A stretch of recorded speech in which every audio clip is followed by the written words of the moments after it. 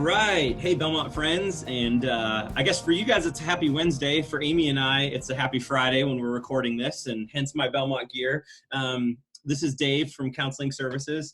I have to tell you all a little true confession. My Belmont gear is on because it is Friday and I miss seeing you all and wanted to kind of represent today, but it's also on because I gave myself a terrible quarantine haircut and didn't want to share that with you all. So sorry about that for the hat today. So I'm really pumped. This is our third Wellness While We Wait video, and we've been doing in May for the Maymester edition, and we had one with Counseling Services on healthy eating and sleeping habits. Heather from UM did one this Wednesday, and then this current one is with Amy from Health Services. And so Amy, do you want to introduce yourself real quick? Sure. Hi, Bruins. This is Amy Guidera, nurse practitioner in Belmont University Health Services, and I'm so glad to be here with you on this Friday.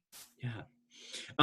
So today there's a lot of information going on around coronavirus, and it's changing every day. And so we wanted to get Amy here and record a little bit of information, kind of the newest information out there, and some of the basic tips around coronavirus. And for those of you who kind of want to know how to navigate this time in life. And so I'm going to ask Amy a few questions today, and then we'll go from there. So Amy, first question is, tell us a little bit about what some of the symptoms are of COVID-19.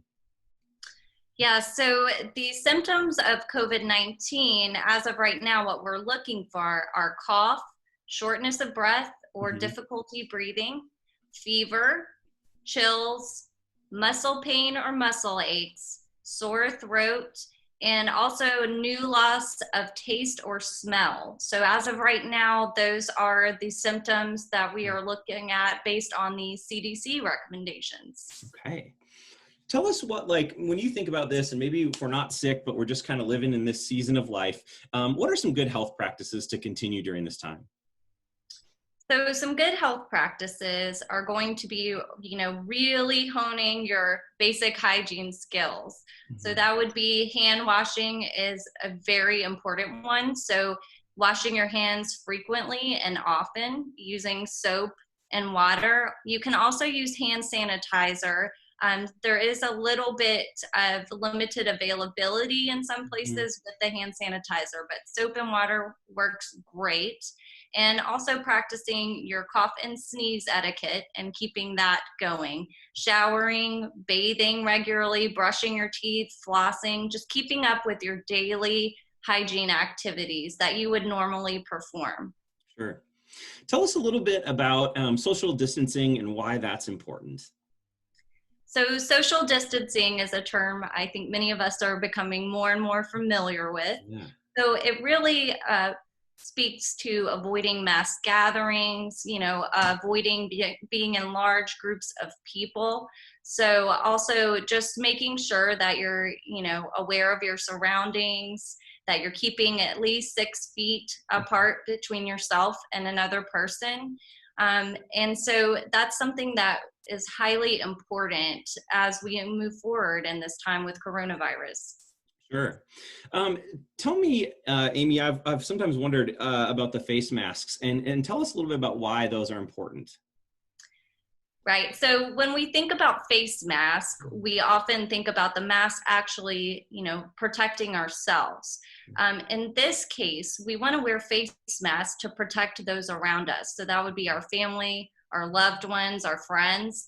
If all of us are wearing our face mask as recommended, that can definitely help keep other people from getting sick or coming into contact with more germs.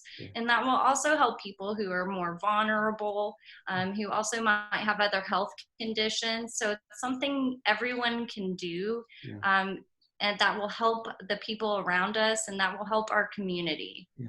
I mean, that's the thing that's really scary about this, right? Is that there's people, I hear what you're saying there, is that it's not just about my health, but about those around me. And especially for college students, being young and oftentimes a little bit healthier and things like that. And maybe even having coronavirus, but being asymptomatic and walking around with it, right? Like those masks are not just about preventing us from getting it, but also like helping us prevent others from getting it as well. That's correct. So a lot of, college students or different age populations, younger, you're feeling healthy, you're feeling great. But you can still have, be an asymptomatic carrier and be transmitting the virus. So that's how it also continues to spread. Sure. So it's just really about doing your part for those around you and, for our campus community and our family and loved ones. That's very important. So even if you feel great and you're having no symptoms, you still want to wear that mask and practice your social distancing and hygiene practices. It's so very important. Tell us, Amy, from your perspective, what do we do if we end up getting sick in this season? So if you are feeling like you're getting sick, one good thing would be to check your temperature, which some of you may be doing that every morning. There are some people that are doing that, and that's always a good check-in. I also would recommend calling your healthcare provider, whether that's Belmont Health Services, whether that's your doctor, nurse practitioner at home or where you're currently located. I would definitely call and let them know. That way they can perform a screening if needed and get you connected with the services that you might need. So a lot of things are being done through telemedicine or telehealth, as you may have heard. So that may be another option for you, but you definitely want to call your healthcare provider first. You can also call your local health department. Many of those institutions have a number online about coronavirus, symptoms, or if you're feeling poorly. But we definitely recommend calling your healthcare provider and letting them know what's going on, how you're feeling, and that way they'll be able to direct you to next steps for what you might need. Sure.